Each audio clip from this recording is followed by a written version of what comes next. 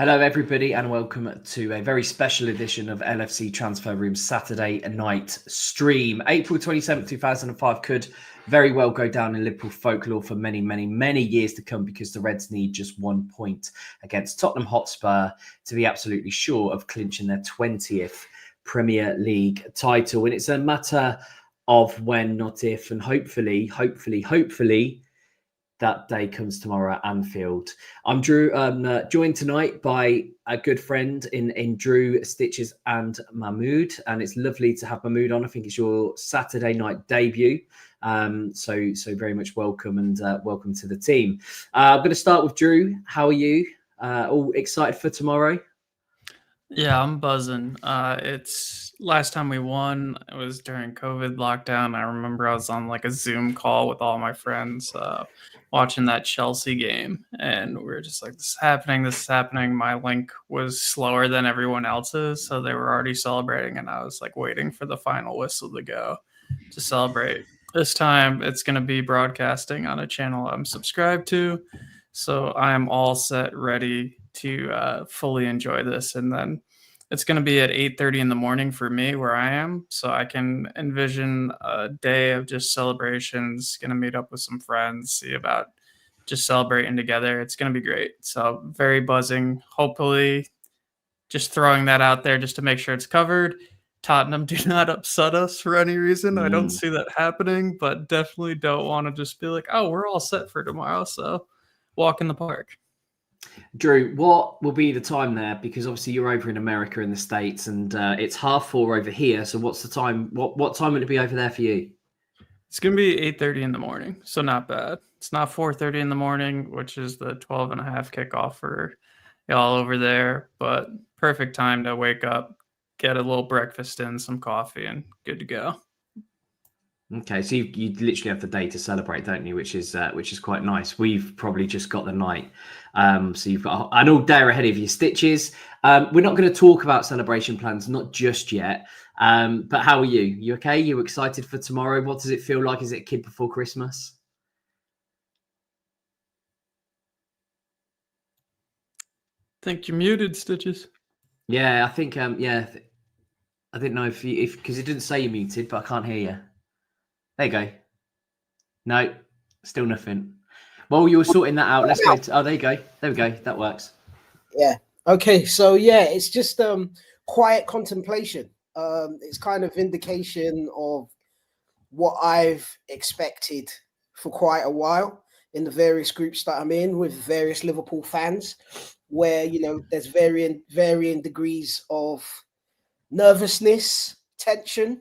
And I think I've been one of the calmer heads. I actually predicted that we'd win the league before we played Arsenal. I predicted that it'd be done before the end of April. So it's all happening. I was just that confident from what I saw in terms of how we started the season. And it's ironic that, a lot of people feel really joyful about how the first half of the season, but there's been a lot of nerves about the second half of the season. However, we've actually performed better points-wise in the second half of the season than we did in the first. So perhaps those, getting knocked out of the competitions dampened things somewhat, but in the league, we've been imperious. So it's just kind of the inevitable's about to happen, and I'm looking forward to it. Yeah, I'm the same. I was actually, funnily enough, hoping for Arsenal to win on Wednesday because I really didn't want to win the league when Palace beat them and we're not playing again. We've seen that in COVID, didn't we? All the lads were in the hotel or in some massive house. And whilst that was amazing, that was brilliant, I was just like, I want to win it at Anfield. I think that's going to be really special, especially given the COVID title, which was, behind closed doors, lifting it. I think you're going to have so many celebration, like so many celebrity moments where those crowds for the rest of the season, they're just going to be a party atmosphere. So for me, I was actually cheering on the Gunners.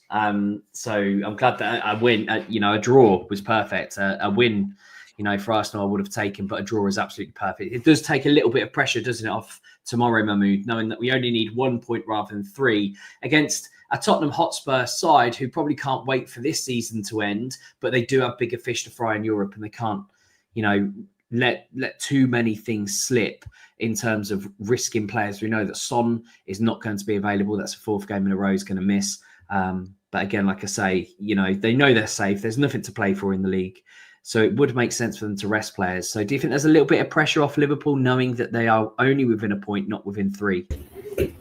Well, first of all, thank you for having me, and I'm really happy to be here, excited. Okay, just thinking about it. It's only 1 point away from our 20th title, and then celebrating it with the Anfield fans in Anfield. And I know we're not obviously going to lift it tomorrow, but still, it's really nice. And what Drew was saying, we had it during COVID, we won it during COVID, and didn't really get to celebrate with the fans. I don't know if the fans are gonna just run into the pitch or what, but you know what? It's gonna be exciting vibes. It's gonna be really beautiful. And to be honest, I'm not really scared of Tottenham. They had only 1 win in their last 7 games, and the Reds have not lost to Tottenham in Anfield in the last 15 games. So you know what? We're chilling. I'm excited for hopefully Mo Salah to beat some of the records, Alan Shearer or something, maybe assist, goal, blah, blah, blah, something. That would be the cherry on top. But should be a good job. Reds, vamonos. Let's celebrate tomorrow, and hopefully it's a beautiful day tomorrow, Sunday. Yeah, it looks good for Mohamed Salah. He's scored 15 times against Tottenham in all competitions. The only team he's netted more than, Manchester United, with 16. So, he could very well own 2 London clubs tomorrow, Arsenal and Spurs, if he gets a couple of goals. And let's not forget as well, he's got that assist record that he's hunting down, those 20 assists as well. I think he needs 2 more for that. So hopefully, he can notch something tomorrow, whether that is goals or whether it's assists. I think, Liverpool getting over the line will be the most important thing for him, as he said several times. And as Stitcher said, actually, Drew, Liverpool have matched their Premier League tally of 24 wins from last season already, with 5 matches still to go. Second half of the season looks like very business end was actually, in the end, not too much trouble. Are you surprised with the fact we've got 5 games to go and Liverpool are going to be crowned champions? Do you think it would have gone a little bit further? Did you think it would, we've seen so many scrapes and last game thrillers, mainly actually against us. But again, winning it with 5 to go, does that really highlight how amazing Liverpool and Slot have been this year for you? 100%. I think as fans, we were so used to the battles between Klopp and Pep, where, you had the 97 points where we finished second, all these just going down to the wire with City. I think there was 2 seasons where it was last game of the season where we could have won and then didn't win. And that raised the bar, because it never used to be that level of competition for the title race. So I think that's where all the kind of anxiety of this year came from, was probably the past traumas of going up against Pep, and then a loss could be that's it. That's going to hurt us. That's going to be that 1 point where we lose the league. We're going to get 93 points, and City or Arsenal are going to get 94. So all that past trauma coming out to where we're possibly winning with 4 games left, it's I don't think we expect to win it the easy way as Liverpool fans. It's never been that way, and even still, it's felt stressful this year. And I think that's just from the traumatic experience of watching 8 years, 9 years under Klopp, where we were so close so many times and then it just fell away. So I think it's gotten into the back of your head where you don't want to celebrate early, and just the focus levels from Slot this season are, for me, what stands out. It just seemed like doing the business. You're going to have those 1-0 games, but you're also going to have everyone trying to take down the Giants. That's why Leicester was such a tough game. Everyone wants to rock up. They're going to be on prime time. That's going to be the game everyone's watching. Everyone's hate watching Liverpool, hoping they'll mess up, that kind of thing. So it's just stressful watching that, to see us finally at that point where we can break over the line. And then you look back and being oh, wow, Arsenal's 14 points behind us, that kind of thing. It's just, we've known for so long not to celebrate before it's over. So I think the business end, Slot definitely hasn't gotten as much praise as he should. He's taken over in a season that could have been so tumultuous, so hard to just could have just been chalked off as a rebuild and trying to find the identity of who we are moving forward. It was straight into work, and the Premier League at the end of the season, while some people might feel we should have done more, it's fair, but everyone would have taken just a Premier League at the start of the season. So we have to remember that. Yeah, and I, at the start of the season, I remember doing a start of the season podcast and stream and said, if we're on his first season, we want a top 4 finish, maybe a cup run, see how well we do in the Champions League. But we certainly never would have expected Liverpool to lift the title. I know that some people did. There were some people in the predictions that we do early on who thought that Liverpool could do it and building on slots. Time this year, they're going to say the same next year as well. Let's preview the actual game then itself, because it does look like Trent Alexander-Arnold, the man who scored the winning goal against Leicester last week, stitches. Did you cheer? I didn't. I'm sorry. You didn't? I did. I went mad. I did. It was bittersweet. Like, I don't know, man. I'm usually the most positive Liverpool fan, but I think we were on a podcast previously, and I told you how drained and fed up I am with the whole transfer and contract saga. And there's a bit of resentment that's built up in me that we've been put through this in a season where, rival fans, media, pundits have done their best to really overshadow our achievements and what we've done and take the joy away from it for us. To have Trent be what is, I think, the crest of the wave in that negativity right now with what's going to happen in terms of him moving on, or what we're led to believe is going to happen. He came on and I had a feeling he was going to score, and I was actually discussing. You should have backed it. You should have put a couple of quid I on know. it. I was watching it with my boys, and my son said to me, "Dad, I think he's going to score." And I said, "Yeah, I think so too." And literally minutes after, he pops up with the goal, and we just looked at each other. And we just shook our heads. I was like, I was watching it with my daughter, and when the ball hit the back of the net, I just went, yes! And she went, oh, like she's only 3. And she went, you made me jump, Daddy. I said, I'm sorry. But but he looks like Stitches. He's going to start tomorrow, I would expect. And he may as well, because if he is off, then we may as well run him into the ground and protect Bradley's minutes and legs. I just don't care. I'm done with the Trent show. It's LFC for me, I support LFC, not Trent FC, and I'm glad and joyful that LFC got the win, and that was important for us to keep our momentum. But I'm indifferent as to whether he scored it. It could have been anybody that scored it, and the whole shirt off, shirt on a corner flag, all of that meant nothing to me. All the talk afterwards, didn't care. I was just glad that my team had won the match. I'm over that saga. It's just kind of like, just do whatever you want to do. Just get a season done, get going if that's what you're doing. And I had a conversation today with someone, and they were like, well, what if he decides to stay? How are you going to feel? And I'm saying, I don't know how I'm going to feel towards him. It's going to take a while before I'm cheering Trent's name or anything to do with Trent, because it's just the sourness that it's left in my mouth with the whole way that it's been handled. That's it. I mean, I don't begrudge him moving on. Good luck to you, but you're dead to me as far as I'm concerned. That's how I see it. So no, in a short word, I didn't celebrate when he scored, but I was glad that my team won. That's how I felt about it. Yeah. I mean, Ibu and Verge make up that back line, as does Alisson in goal. And again, it's a little bit of a flip of the coin, but I would probably expect to see Robbo start there at left back as well. So, Mahmoud, you probably got the easiest question here to answer, or not, perhaps, because we know 2 of the 3 are most likely nailed on in that midfield in Gravenberch and Alexis McAllister. Who are you going to start in that third? Are you going to go Jones, or are you going to go to Bosley, or are you going to throw a spanner in the works and go Harvey Elliott? Man, I don't know. It's supposed to be an easy question. First of all, I want to say, fans, let's go hype up. Secondly, Szoboszlai is an engine, man. So starting him, you don't want to risk anything, okay? This is all right, and low-key on paper, an easy game, sure, whatever. Plus, they're rotating because they have a semifinals in the Europa League, all that stuff. But still, you want to, it's one more push. You want to get over the line.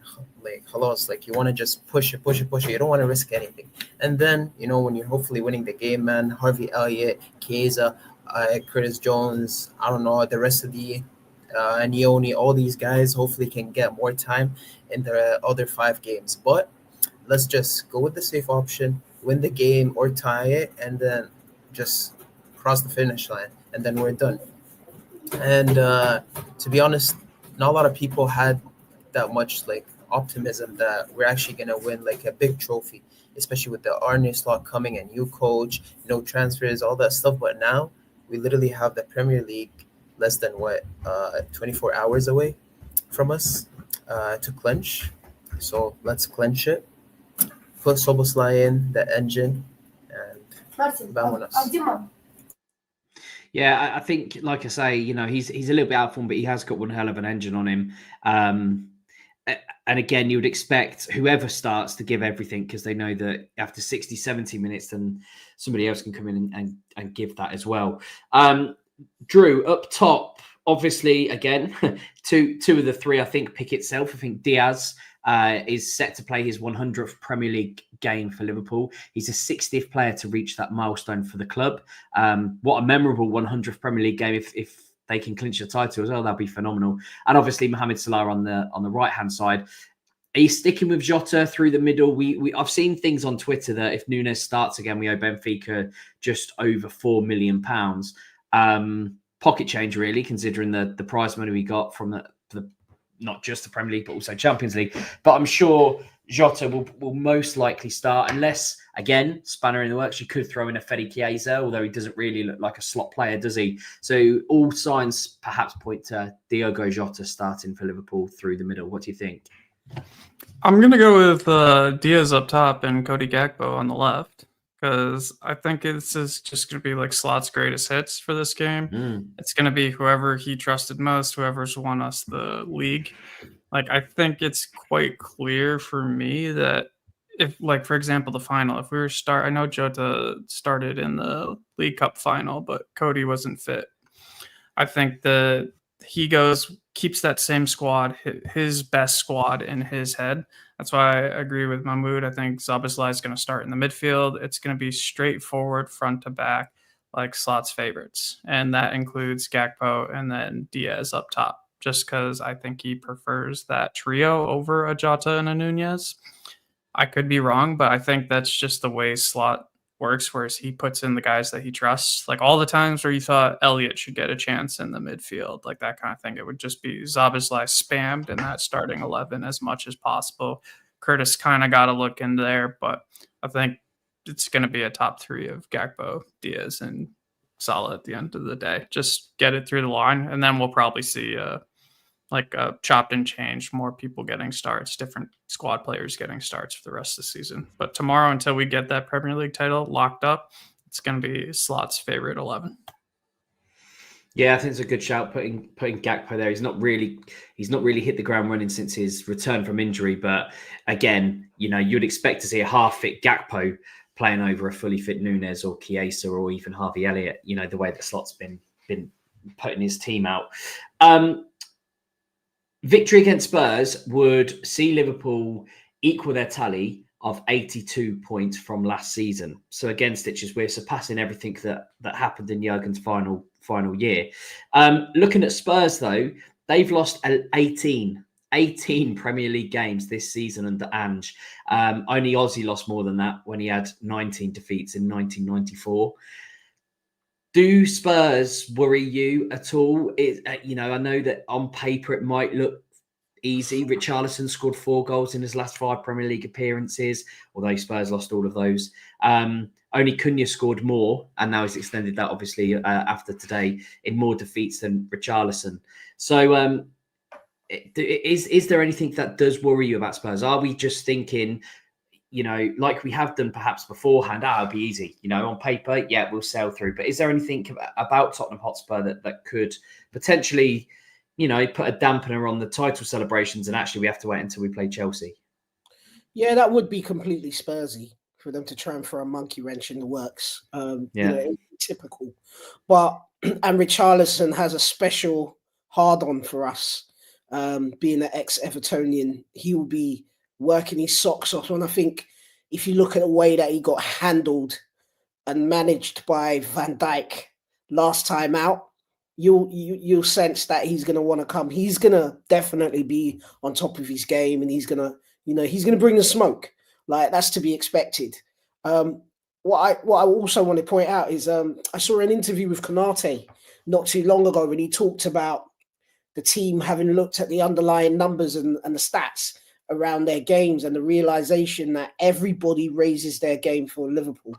They run more than they've ever run. They press harder than they ever press. It's their cup final. So, but champions win. Champions find a way of winning. And we've had to raise our game to that level of pressure throughout the whole season. We talked about Leicester City last week. It was the same thing. This is a team battling relegation in the Premier League. And it almost makes me laugh when people say the competition's getting weaker, when you've got the team that's just about to get relegated pushing the current number one team in the league all the way. And that's typical. So I go into every game with a fresh and decent amount of respect for what the opposition's going to bring. However, I do counter that with the fact that Tottenham and the way that their manager likes to set up plays right into our hands. The high line, loads of space for Salah to exploit, space for runners making the second run in from midfield. The Diaz's, the Szoboszlai's if he gets the nod. Gakpo getting in on the back post. I think that as much as they will come at us and they do carry a threat in the attacking half, I think that they leave and give enough opportunities in the defensive part of their game that we will be able to exploit. So, so there is a healthy respect for what they're going to do, but I do fully expect my team to run rampant at Anfield tomorrow and just see it get the job done. What's really interesting is if if Arsenal were a little bit closer, I think Spurs would take their foot off the gas slightly more, because obviously they don't want their North London rivals winning the league. I genuinely think the fact that they are in Europe again plays into our hands a little bit too. I can see them resting and rotating. They've got.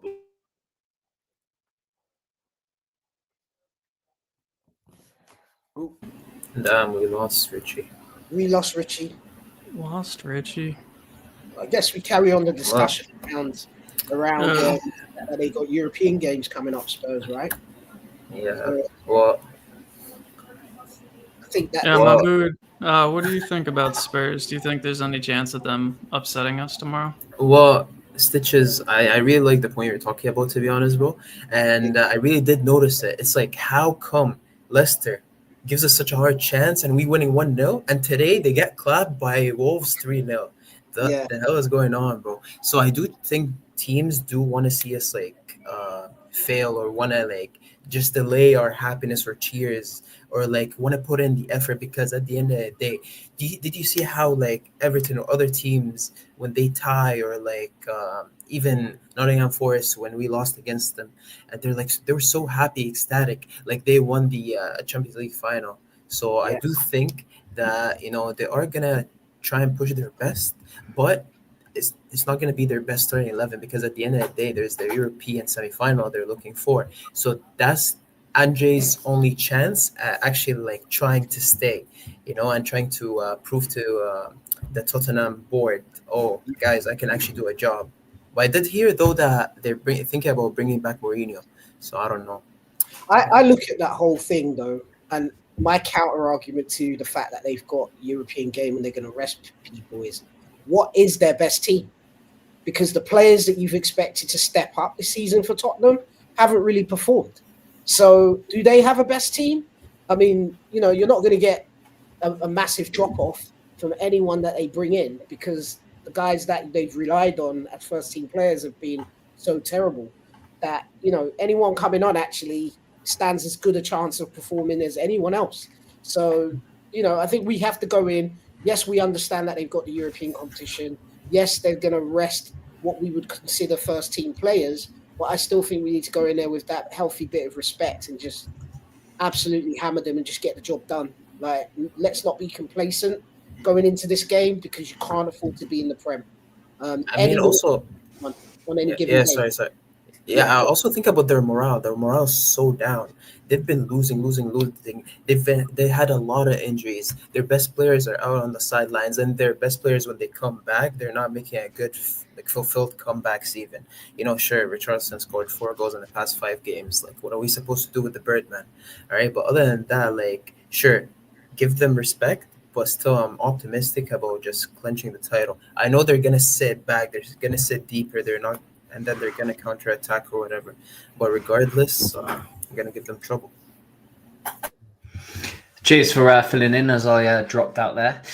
Yes, Spurs obviously pay Bodo Glimt, don't they, on Thursday, and then they have a game away to West Ham, and I think they'll, those out of all of the games, they're not going to be looking at Liverpool at Anfield to try and cause an upset and give Liverpool absolutely everything. And on the flip side, I don't know about you, Drew, but I can see Liverpool being bang up for this game. I can see them proper running at 100 miles an hour. I think we go back to almost like a Jurgen Klopp press, where it's just chaos, rather than that controlled possession that we've seen since really about February time.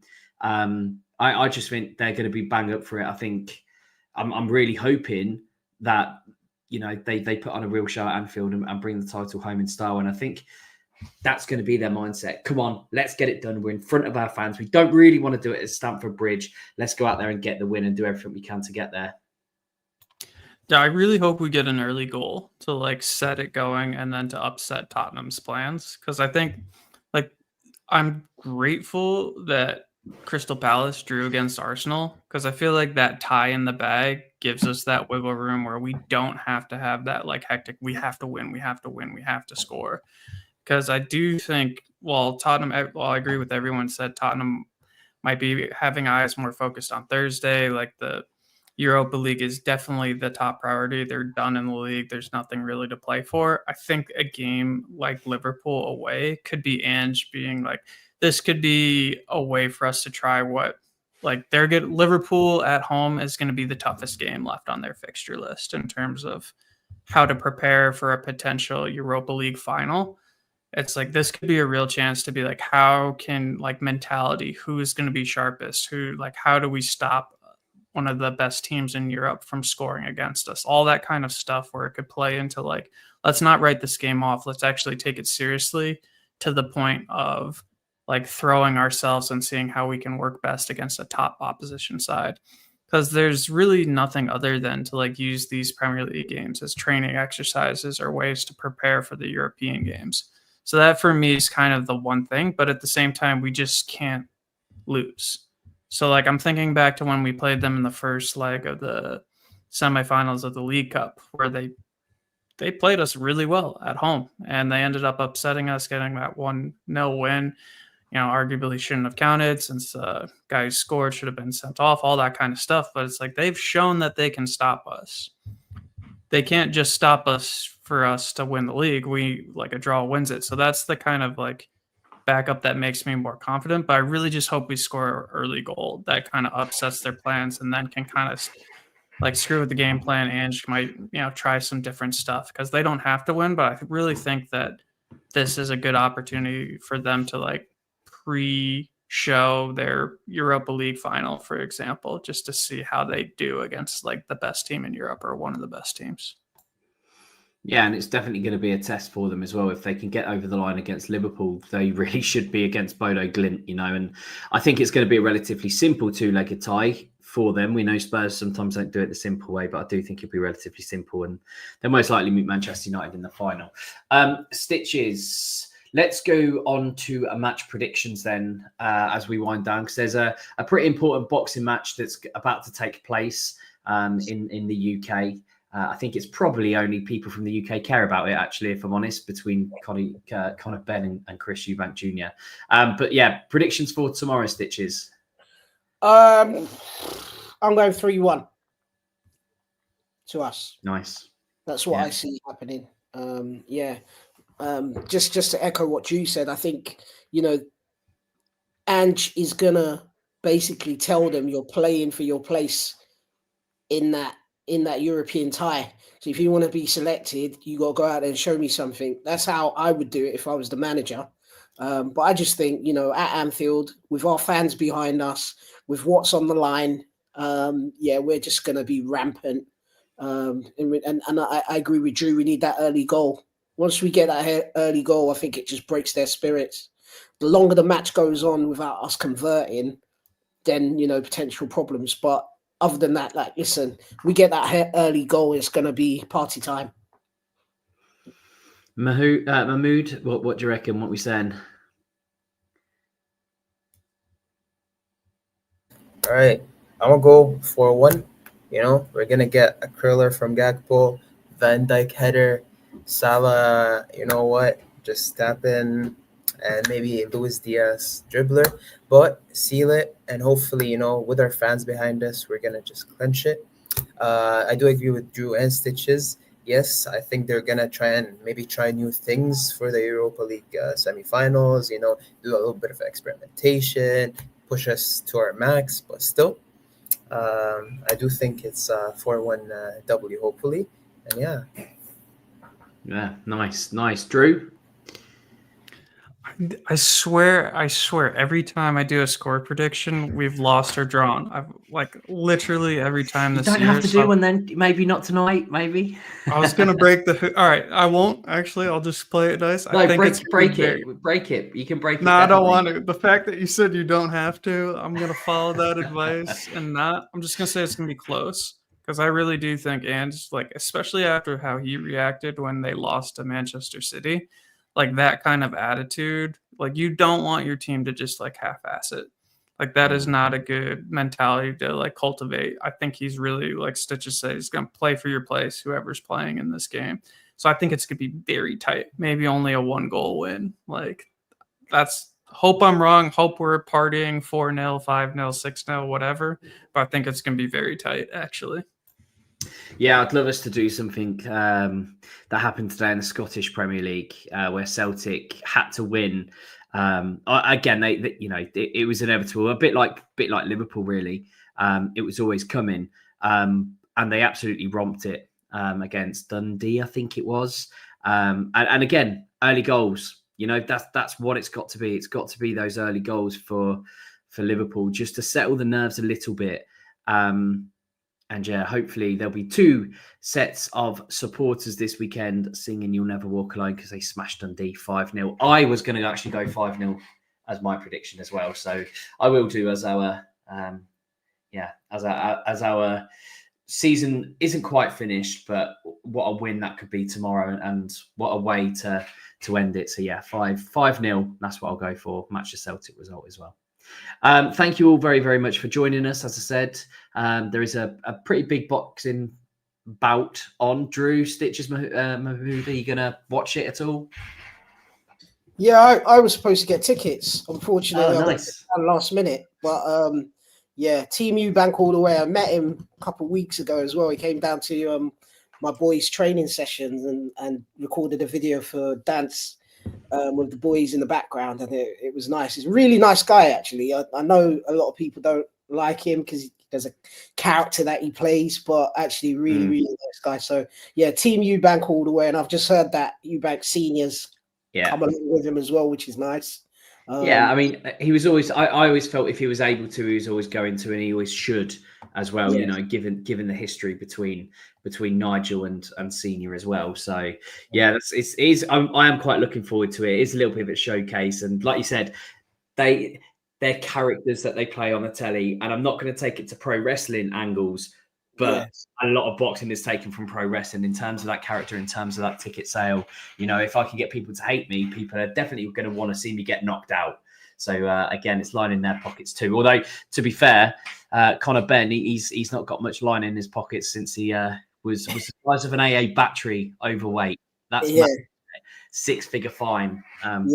He's already been paid. But it is what it is. But, look, I'm looking forward to it, and I hope the right man wins, which is Eubank Jr. for me.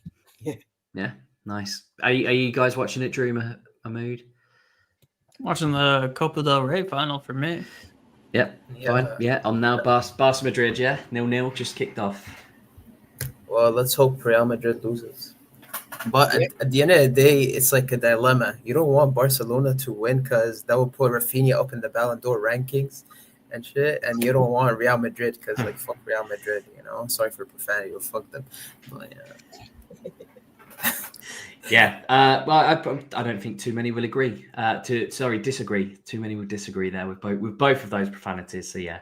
Right, guys. Thank you very, very much. Hopefully, the next time I speak to you, I'll have a new flag. That one's the 2020 Premier League champions. I have got one that says 2025 champions in the draw, but you can't get those out yet. No matter how inevitable it looks, that's staying in there. So hopefully, we'll have new flags. Hopefully, we'll be having number 20 on that champions wall as well. Not only matching Manchester United, but actually having double the amount of European championships / Champions Leagues than them as well, making Liverpool something we already knew, the best team in England. Always have and always will be.